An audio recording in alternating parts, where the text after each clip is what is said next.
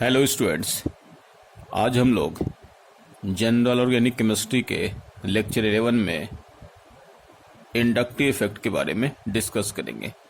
इससे पिछले class lecture 10 में हम लोग ने इंडक्टिव इफेक्ट का इंट्रोडक्शन देखा था, जिनमें हम लोग को बताया गया था कि अगर कोई कार्बन की चेन है और कार्बन के चेन से कोई एटम या ग्रुप ऑफ एटम अटैच होता है तो उनकी वजह से कार्बन एटम की इलेक्ट्रॉन डेंसिटी इंक्रीज या डिक्रीज करती है। और हम लोग को ये भी बताया गया था कि कार्बन के चेन से attach atom or group of atom में इलेक्ट्रॉन डेंसिटी बढ़ने और कम होने के पीछे इलेक्ट्रोनेगेटिविटी मेन फैक्टर काम करता है। तो हम लोग आज के लेक्चर में सबसे पहले इलेक्ट्रोनेगेटिविटी के बारे में थोड़ा डिस्कस कर लेंगे और फिर आगे प्लस आई और माइनस आई क्या होता है उस पर डिस्कस करेंगे। तो हम लोग सबसे पहले थोड़ा डिस्कस करते हैं इलेक्ट्रोनेगेटिविटी। तो इलेक्ट्रोनेगेटिविटी तो वैसे हम लोगों ने डिटेल में पिछले क्लास में क्लास 11th में हम लोग ने डिस्कस किया था, लेकिन इसमें मुझे थोड़ी सी ज़रूरत फिर से होगी, इसलिए हम एक बार फिर से आपको रिवाइज करा दें।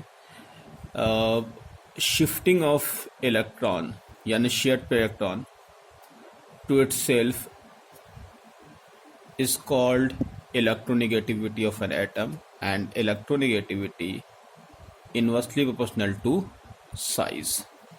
मतलब यहाँ पर एक चीज़ आपको बता दें कि जो एटम है, जैसे ए और बी ले लिया था, ए और बी में साइज जैसे मैंने मान लिया बी के साइज ए के साइज से बड़ी है। जब साइज बड़ा होगा तो उस केस में इलेक्ट्रॉन को खींचने की पावर उनके पास कम होगी। तो यानी कि ए के साइज छोटी है तो इलेक्ट्रॉन जो है वो इस तरफ शिफ्ट होगा और इस वजह से यहाँ पर डेल्टा माइनस और डेल्टा प्लस होगा। तो इलेक्ट्रॉन के यानी बॉन्डेड एटम जो यहाँ पर है यानी शेयर्ड इलेक्ट्रॉन किसी एक एटम के तरफ ज़्यादा शिफ्ट हो जाता है किसी बॉन्डेड केमिकल में, तो इस तरीके की टेंडेंसी को उस एटम के लिए इलेक्ट्रोनेगेटिविटी कहा जाता है। तो यहाँ पर ए की इलेक्ट्रोनेगेटिविटी बी से ज़्यादा है, यानी कि electronegativity of A greater than electronegativity of B. तो वही बोल रहा कि कोई शेयर्ड पेयर इलेक्ट्रॉन है और इस शेयर्ड पेयर इलेक्ट्रॉन का किसी एक एटम की तरफ शिफ्ट हो जाना, इसे हम लोग केमिस्ट्री में इलेक्ट्रोनेगेटिविटी कहते हैं। मेन बहुत सारे ऐसे फैक्टर इसमें काम करते हैं, लेकिन मेन फैक्टर आप सिर्फ साइज देखिएगा तो इससे काम आपका हो जाएगा कि बड़ा साइज होगा तो उसकी इलेक्ट्रोनेगेटिविटी कम होगी और छोटे साइज वाले केमिकल की इलेक्ट्रोनेगेटिविटी ज़्यादा होगी। हम यहाँ पर कुछ एटम्स की इलेक्ट्रोनेगेटिविटी देखते हैं, जैसे यहाँ देखिएगा लिथियम से लेकर के lithium, beryllium, boron, carbon, nitrogen, oxygen, fluorine है। यहाँ पर इस केमिकल के लिए एटॉमिक नंबर या Z है, ये 3, 4, 5, 6, 7, 8, 9। तो आपने यहाँ पर देखा कि एक और जो मेन फैक्टर है जिसकी न्यूक्लियर चार्ज ज़्यादा होगी, यानी कि इसमें एक पॉइंट ये है हम लोग के पास कि अगर हम यहाँ पर नाइट्रोजन और फ्लोरीन पर बात करें, Z की वैल्यू यहाँ पर 8 है, यहाँ पर Z की वैल्यू 9 है। इलेक्ट्रॉनिक अरेंजमेंट में यहाँ पर लिख सकते हो 2, 6 और यहाँ पर लिखते हैं 2, 7। तो यहाँ एक चीज़ क्लियर है कि शेल कांस्टेंट है। जब शेल कांस्टेंट है तो न्यूक्लियर चार्ज के अकॉर्डिंग यहाँ पर इलेक्ट्रॉन खींचने की टेंडेंसी दिखाई जाएगी।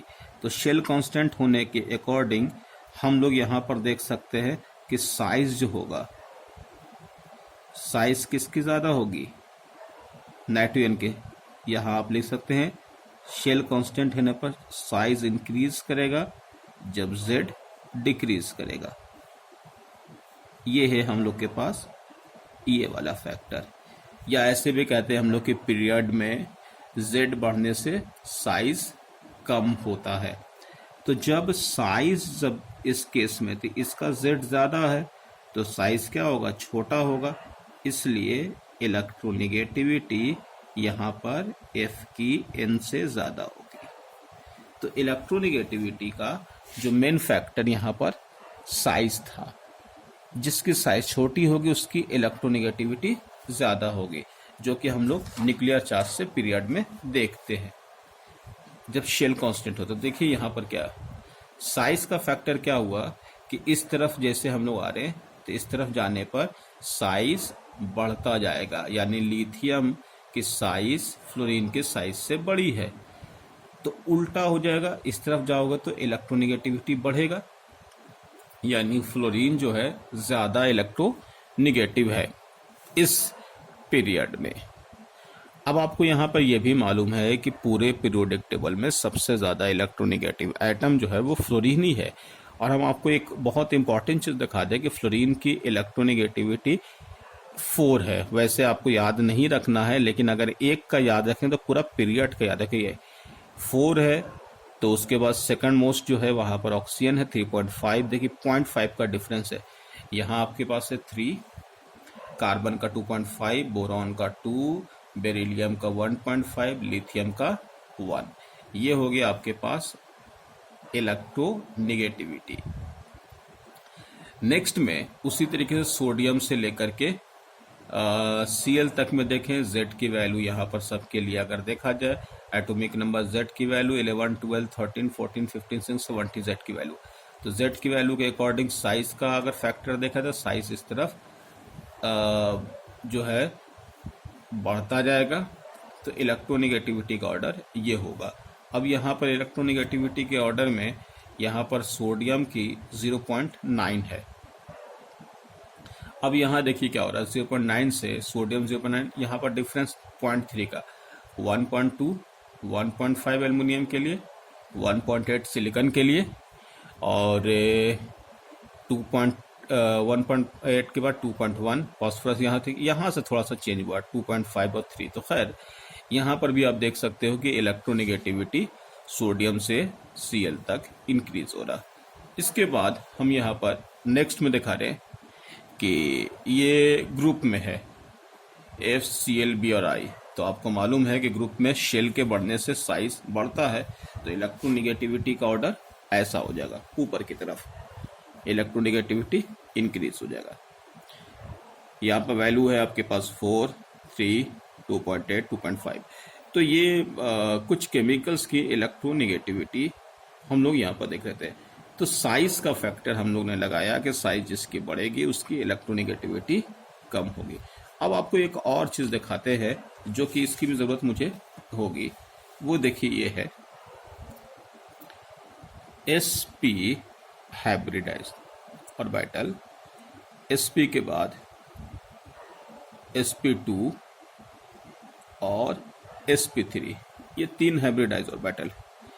यहाँ पर हम आपको दिखाना चाह रहे हैं परसेंटेज S कैरेक्टर और परसेंटेज P। परसेंटेज S और P इसमें कितना है 50, यहाँ भी 50,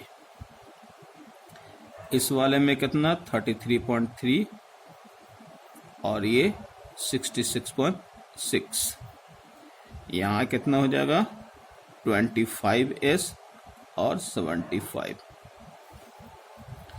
जैसा कि हम लोग को बताते हैं कि परसेंटेज S कैरेक्टर बढ़ता है तो इलेक्ट्रोनिगेटिविटी बढ़ जाती है। तो उसको हम यहाँ पर दिखाना चाह रहे थे कि S का मतलब क्या हुआ, न्यूक्लियस से डिस्टेंस। ये है न्यूक्लियस से डिस्टेंस। P एलोंगेट होता है, तो जितना ज़्यादा P का कैरेक्टर बढ़ेगा उसकी न्यूक्लियस से जो डिस्टेंस है वो बढ़ती जाएगी। तो जब डिस्टेंस बढ़ेगा तो साइज क्या होगा, ऑलरेडी बढ़ जाएगा। जब साइज बढ़ेगा तो इलेक्ट्रोनिगेटिविटी कम हो जाएगा। तो हम आपको एक और चीज़ यहाँ दिखा दें कि इसमें अगर आप इस पर ध्यान दें कि जैसे आपको मालूम है कि जब मिक्सिंग ऑफ ऑर्बिटल्स होते हैं तो मिक्सिंग ऑफ ऑर्बिटल में ये इस तरीके का हाइब्रिड ऑर्बिटल बनता है, एक छोटा एक बड़ा। यहाँ आपने ध्यान नहीं दिया, ये ऐसा, ये ऐसा, मतलब आपको यहाँ पर बताना चाह रहे थे कि लोब की साइज जो है अलग अलग है। तो यहाँ से जो डिस्टेंस है न्यूक्लियस से, डिस्टेंस देखिए ये है, ये देखिए ये थोड़ा ज़्यादा, ये और ज़्यादा। तो जो यहाँ पर आपके पास छोटा साइज है जिसके न्यूक्लियस से डिस्टेंस कम है तो उसमें एस कैरेक्टर ज़्यादा, तो ये है लोब एसपी वाला। जैसे जैसे पी बढ़ेगा लोब की साइज जो है बढ़ जाएगी, वो है sp2 और ये है sp3। तो जब इस साइज बढ़ेगा तो उस हिसाब से इलेक्ट्रोनिगेटिविटी इस तरीके से sp, sp2 और sp3 हो जाएगा। तो हम लोग ऑर्बिटल्स के अकॉर्डिंग भी किसी केमिकल्स की इलेक्ट्रोनिगेटिविटी देख सकते हैं। तो इलेक्ट्रोनिगेटिविटी हम लोग यहाँ पर लोब के साइज से भी देखा कि sp की इलेक्ट्रोनिगेटिविटी ज़्यादा होती है, sp2 की कम और sp3 की सबसे कम। अब हम लोग इसी को आगे कंटिन्यू करते हैं। इलेक्ट्रोनिगेटिविटी के बाद वो है नेक्स्ट में measurement of relative inductive effect. अब देखिए रिलेटिव इंडक्टिव इफेक्ट में आपको यहां बता दें कि जो इंडक्टिव इफेक्ट का जो मेन पार्ट था उसका रेफरेंस पॉइंट ये है हार्डोयन। हार्डोयन को ही उन्होंने रेफरेंस पॉइंट बना करके इंडक्टिव इफेक्ट को डिफाइन किया था, हार्डोयन को रेफरेंस मान करके। अब यहां देखिए चेन है, इस चेन में इलेक्ट्रॉन डेंसिटी ऑन कार्बन, ये मान लो कि यहाँ की जो इलेक्ट्रॉन डेंसिटी है वो क्या है, ए है, ठीक है। और दूसरे केस में electron density on carbon B. यहाँ पर जब कोई एटम या ग्रुप ऑफ एटम लगा दिया तो उस केस में इलेक्ट्रॉन डेंसिटी बी मान लिया। थर्ड केस में कार्बन की चेन से Y लगा दिया तो उसमें electron density on carbon C लगा दिया। अब आपको यहाँ पर बहुत इंपॉर्टेंट चीज यहाँ दिखाएं कि हाइड्रोजन को रेफरेंस मान करके ये देखा गया कि जब हाइड्रोजन वहां पर है तो उस टाइम इलेक्ट्रॉन डेंसिटी कार्बन पर कितनी है वो नोट कर लिया गया। यहाँ पर मैंने मान लिया है A। जब हाइड्रोजन को हटा के कोई ग्रुप X रखा गया तो उस टाइम फिर से देखा गया कि इलेक्ट्रॉन डेंसिटी अब कितना है, तो उस केस में ही लिखा if electron density B greater than A। B यानी ये, यहां पर इलेक्ट्रॉन डेंसिटी इसके रिस्पेक्ट में बढ़ गया। ये कैसे पॉसिबल है? तो अभी तो हाइड्रोजन लगने पर इलेक्ट्रॉन डेंसिटी जितना होना था वो था, लेकिन जब X ऐड किया तो इलेक्ट्रॉन डेंसिटी बढ़ गया। ये कैसे हुआ होगा? जब X ने इलेक्ट्रॉन यहां पर क्या हुआ होगा, डोनेट किया होगा, तभी तो इलेक्ट्रॉन डेंसिटी बढ़ेगा कार्बन पर। B की इलेक्ट्रॉन डेंसिटी ज्यादा है ना, तो इस केस में इलेक्ट्रॉन डोनेटिंग नेचर, इसको हम लोग कहते हैं इलेक्ट्रॉन डोनेटिंग नेचर, यानी कि ऐसे केमिकल जो कार्बन चेन में कार्बन के ऊपर इलेक्ट्रॉन डेंसिटी बढ़ा देंगे तो इस ग्रुप को जो यहां पर लगा हुआ है उसे इलेक्ट्रॉन देने वाला ग्रुप कहा जाएगा, इलेक्ट्रॉन रिलीजिंग ग्रुप यानी इलेक्ट्रॉन डोनेटिंग ग्रुप कहा जाएगा। ये पहला केस। तो X यहां पर क्या हो गया, इलेक्ट्रॉन डोनेटिंग ग्रुप, जिसको हम लोग यहां पर +I कहते हैं। अब दूसरा case, electron density C, if electron density A greater than C, यानी कि समझिएगा जो इलेक्ट्रॉन डेंसिटी A पर था शुरू में हाइड्रोजन के रहते हुए, अब जब आपने Y लगा दिया है तो जो डेंसिटी जितनी पहले थी उससे भी कम हो गया। ये कम कैसे हो गया? मतलब कि कार्बन की जो इलेक्ट्रॉन डेंसिटी पहले थी हाइड्रोजन के टाइम वो और कम हो गई। ये कम तभी होगा जब ये इलेक्ट्रॉन कार्बन के एटम से किसी ने खींचा होगा, यानी कि इलेक्ट्रॉन डेंसिटी Y की तरफ चला गया होगा। तो यहां पर इलेक्ट्रॉन खींचने वाला ग्रुप है। तो if electron density A greater than C, the electron withdrawing nature of Y, it is called -I। तो यही आपके पास पॉइंट दिखाना चाह रहे थे कि हाइड्रोजन के रेफरेंस में जब कार्बन के चेन पर कोई ग्रुप या एटम जोड़ दिया जाता है तो उससे आपके पास दो तरीके की यहाँ पर कंडीशन देखने को मिलती है। एक केस में कार्बन के ऊपर इलेक्ट्रॉन डेंसिटी बढ़ते हुए दिखाई दिया और उसी को हम लोग इस वाले ग्रुप को +I कहते हैं, और एक वो ग्रुप है जो कार्बन से इलेक्ट्रॉन डेंसिटी कम कर दिया है तो इसको हम लोग केमिस्ट्री में -I कहते हैं। यानी -I और +I यहाँ पर हम लोगों ने हाइड्रोजन का रेफरेंस लेकर के देख लिया। अब आगे हम लोग इसी में कुछ पॉइंट्स पर डिस्कस करते हैं। सबसे पहले important points for inductive effect.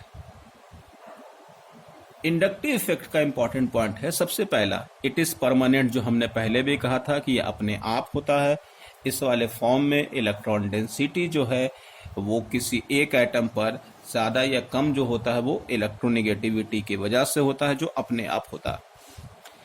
It operates through sigma bond, जो हम लोगों ने कल भी देखा था कि सिग्मा बॉन्ड के थ्रू इलेक्ट्रॉन डेंसिटी किसी एक एटम की तरफ शिफ्ट होता है। It is called due to electronegative difference. बात सही है कि जब दो केमिकल की इलेक्ट्रोनेगेटिविटी की जो डिफरेंस होगी उसके अकॉर्डिंग ही इलेक्ट्रॉन किसी एक एटम की तरफ ज्यादा और कम आ जाएगा, जैसा हम लोग ने इसमें देखा था कि इलेक्ट्रोनेगेटिविटी की डिफरेंस थी जिसमें इलेक्ट्रॉन ए की तरफ शिफ्ट हुआ है क्योंकि ए एटम की इलेक्ट्रोनेगेटिविटी ज्यादा है और बी की कम है।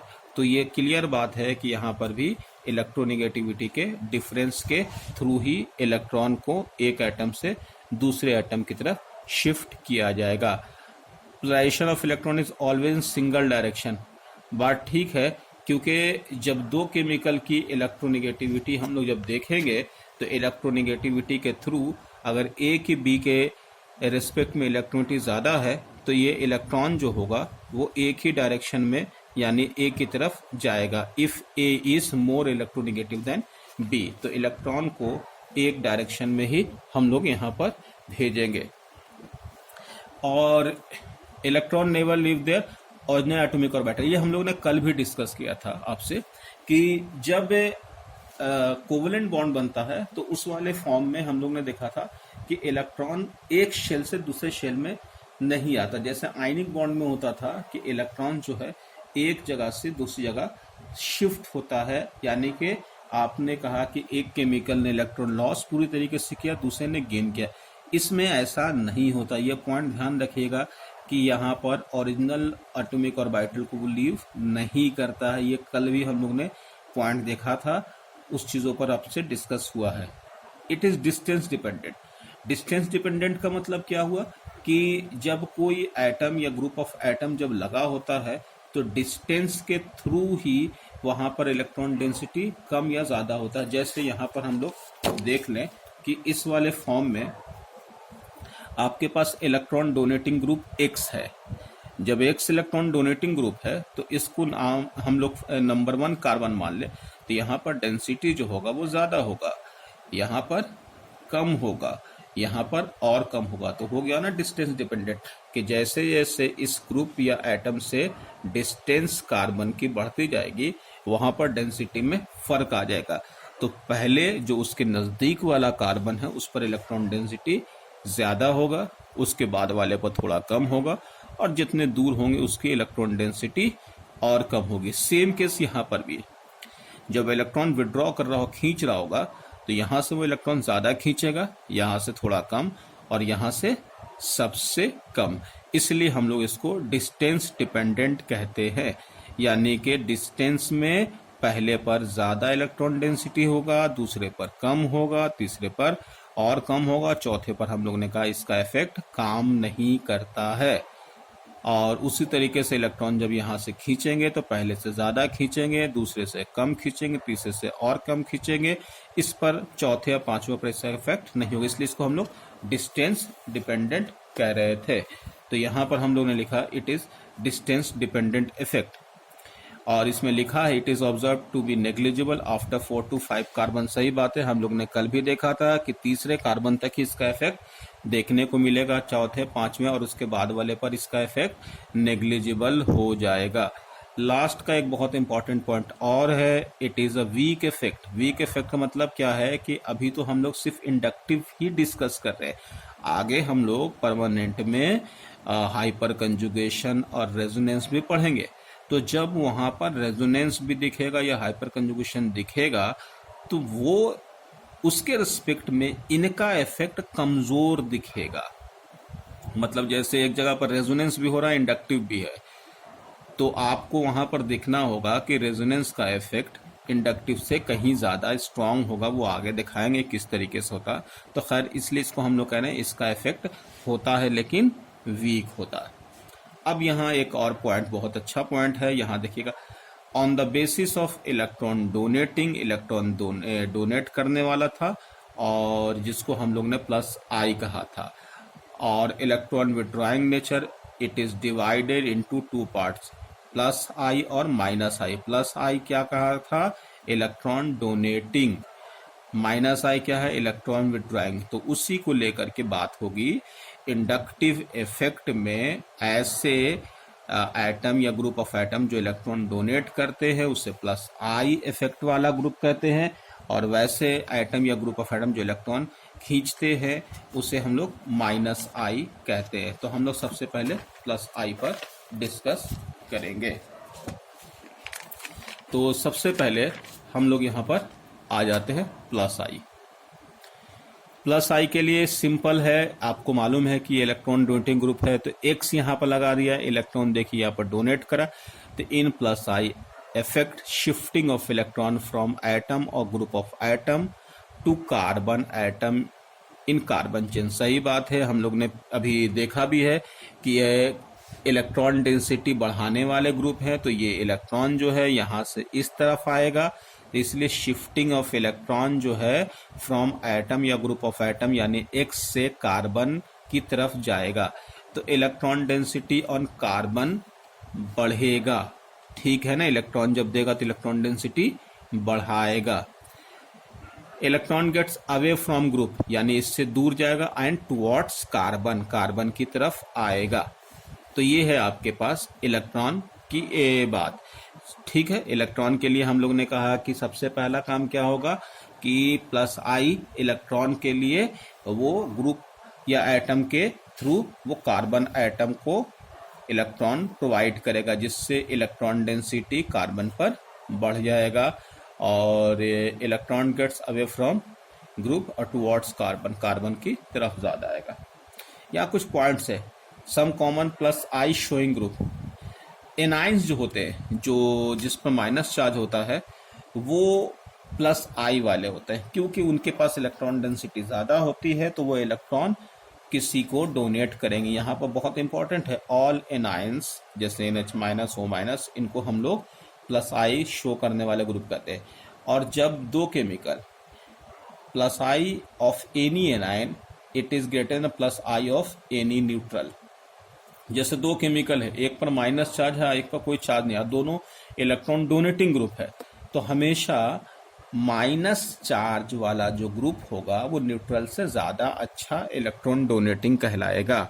तो दो बात यहाँ पर क्लियर कर लिया जाए कि ऐसे केमिकल जो इलेक्ट्रॉन डोनेटिंग होते हैं, जिस पर माइनस चार्ज होता है, उसको हम लोग प्लस आई शोइंग ग्रुप कहते हैं, तो ये यहाँ पर माइनस वाले इलेक्ट्रॉन डोनेटिंग ग्रुप कहलाएंगे क्योंकि इलेक्ट्रॉन डेंसिटी ज़्यादा है।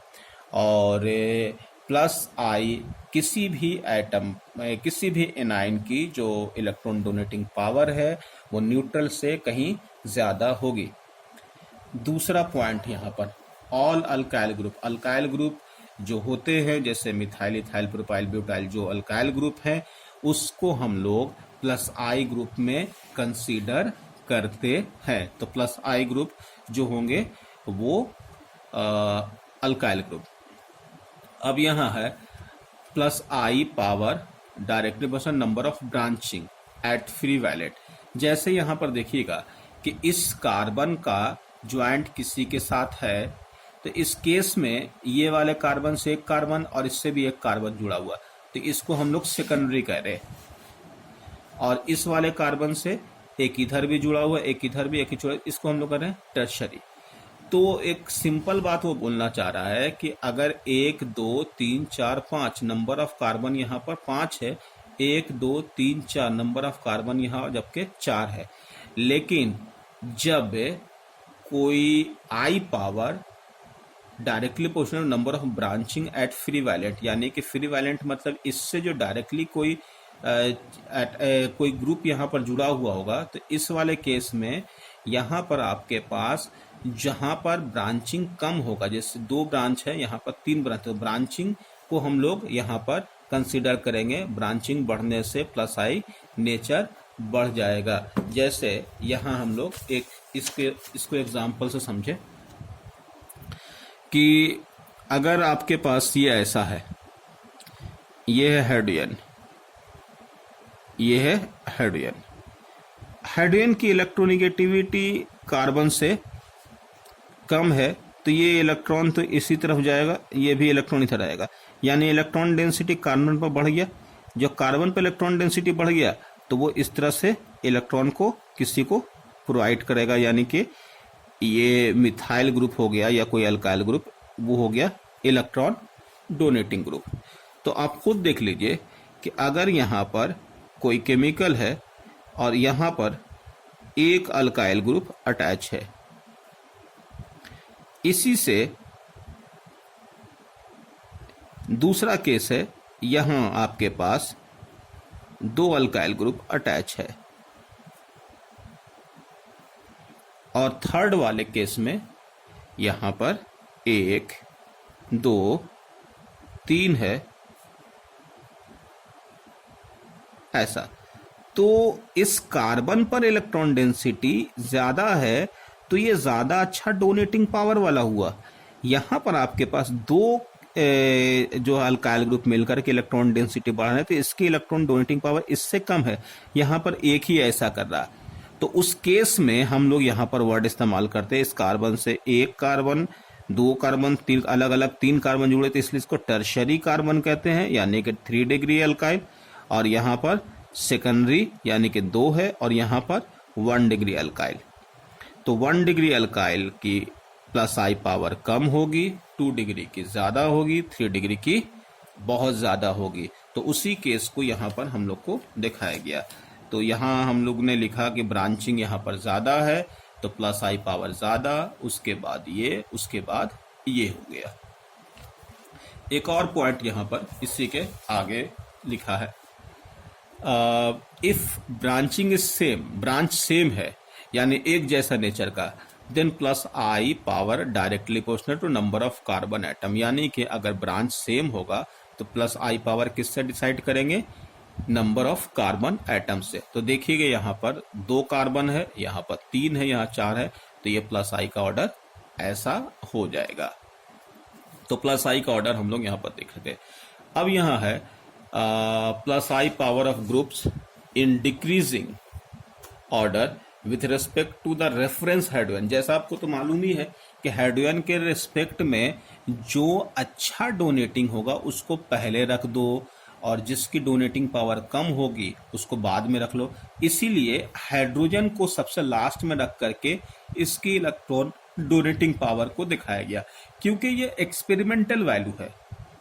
इस वजह से यहाँ पर हम लोग सिर्फ इलेक्ट्रोनेगेटिविटी देख नहीं सकते हैं क्योंकि एटम का इलेक्ट्रोनेगेटिविटी देखना आसान है साइज वगैरह, लेकिन ग्रुप के लिए मुश्किल होगा। तो यहाँ पर हम लोग के पास प्लस आई का कुछ ऑर्डर है, CH2 minus, NH minus, O minus, CO minus, 3 degree alkyl, 2 degree alkyl, 1 degree alkyl, CT3, CD3, CH3, ट्राइट्रियम, deuterium और हाइड्रोजन, ये ऑर्डर है। तो अभी आपको कम से कम इसमें कितना ध्यान रखना, तो एक ये ध्यान रखिएगा, एक, दूसरा ये 2, फिर 3 degree alkyl, 2 degree alkyl, 1 degree alkyl, बस इतना से काम चल जाएगा। अब ट्राइटियम की क्यों ज़्यादा होगी, ड्यूटेरियम, तो हम इसके बाद वाले क्लास में डिस्कस करेंगे कि क्यों ज़्यादा होगा। तो अभी आपको इतना ध्यान रखना, और ये ध्यान रखिएगा कि इतने अगर प्लस आई है तो इनके बाद जो भी ग्रुप दिख जाएगा वो क्या होगा, माइनस आई होगा। अब यहाँ पर हम माइनस आई पर डिस्कस कर रहे हैं। माइनस आई का मतलब क्या हो रहा है, इलेक्ट्रॉन डेंसिटी कार्बन से खींचना। सेम उसी पॉइंट को in minus I, shifting of electron from carbon to atom or group, from carbon to atom or group of atom. Carbon से इधर जा रहा है तो इलेक्ट्रॉन डेंसिटी कार्बन पर क्या होगा, घट जाएगा, डिक्रीज होगा। Electron gets away from carbon towards group, यानी कार्बन से दूर और एटम्स की तरफ। तो ये वही पॉइंट है जो मैंने वहां लिखा था। अब यहाँ इसमें कुछ पॉइंट्स हैं कि सम कॉमन माइनस आई शोइंग ग्रुप, कौन शो करेगा, तो ऑल कैटायनिक ग्रुप, यानी ऐसे केमिकल जिस पर पॉजिटिव चार्ज होगा तो वो इलेक्ट्रॉन खींचेंगे किसी केमिकल से, तो इलेक्ट्रॉन खींचने वाला ग्रुप होगा, जैसे NH3 प्लस हो गया, NR3 प्लस हो गया। और minus I power any cation, minus I for neutral, जैसे किसी केमिकल पर पॉजिटिव चार्ज है तो उसकी माइनस आई पावर जो होगी वो न्यूट्रल से ज़्यादा होगी। फिर यहाँ पर भी वही है, minus I power of groups in decreasing order with respect to reference. Hydrogen का रेफरेंस देखिए फिर से लिया गया, हाइड्रोजन के रेस्पेक्ट में जो ग्रुप वहाँ पर कार्बन के चेन पर लगाया गया था, उनके रेस्पेक्ट में कौन ज़्यादा इलेक्ट्रॉन खींचेगा उसका ऑर्डर है। तो यहाँ पर माइनस आई सीरीज है, NF3 plus, NR3 plus, SR2, NH3, NO2, SO2R, cyanide, SO2AR, COH, FCl, B और I, OAR यानी COR, OR, ketone, SH, SR, OH, triple bond, AR यानी फिनाइल रिंग, डबल बॉन्ड और hydrogen. ये है आपके पास reference. इसमें बहुत ज़्यादा तो याद नहीं रखना है, इसमें आपको बता दें कौन कौन सा ध्यान रखिएगा। एक तो ये ध्यान रखिएगा, एक, दूसरा 2, तीसरा ये 3, 4, 5, 6, 7, इसके बाद ये 8, फिर 9, फिर ये, इतना से आपका काम चल जाएगा। तो पहले वैसे ये ऑर्डर इम्पॉर्टेंट है। इसमें यहाँ आपके पास इसमें ये वाले और ये वाले पर भी ध्यान रखिएगा, NR3 प्लस, इससे तो इतने आपको रेफरेंस के अकॉर्डिंग ध्यान रखने हैं कि इतने ग्रुप। ये भी एक्सपेरिमेंटल वैल्यू है, तो आपके पास ये एक्सपेरिमेंटली माइनस आई का ऑर्डर है। सबसे ज़्यादा इलेक्ट्रॉन जो है NF3 प्लस जो है ज़्यादा कार्बन एटम से खींचेगा, उसके बाद ये। तो यहाँ अगर किसी जगह पर माइनस आई लगा हुआ था, NO2, फिर साइनाइड, फिर COH, फिर FCl, B और I, फिर उसके बाद OH, COR, ये आपको ध्यान रखना होगा। तो इसके बाद वाले क्लास में हम आपको डिस्कस करेंगे कि NR3 प्लस या NH3 प्लस में इसका ज़्यादा कैसे हो गया, और उसी के बाद यहाँ पर ट्रिपल बॉन्ड, बेंजीन रिंग या डबल बॉन्ड में इसकी ज़्यादा कैसे हो गई। तो हम लोग इसके जो ऑर्डर है उनको हम लोग इस ऑर्डर पर डिस्कस करेंगे इसके बाद वाले क्लास में, और फिर हम लोग एप्लीकेशन ऑफ इंडक्टिव इफेक्ट पर डिस्कस करेंगे। तो नेक्स्ट क्लास हम लोग का माइनस आई और प्लस आई का जो ऑर्डर हमने डिफाइन किया है, उस ऑर्डर में जो आगे और पीछे जो ग्रुप को अरेंज किया गया है उसकी लॉजिक हम लोग समझेंगे, और फिर हम लोग एप्लीकेशन ऑफ इंडक्टिव इफेक्ट देखेंगे। ठीक है, ओके, थैंक यू।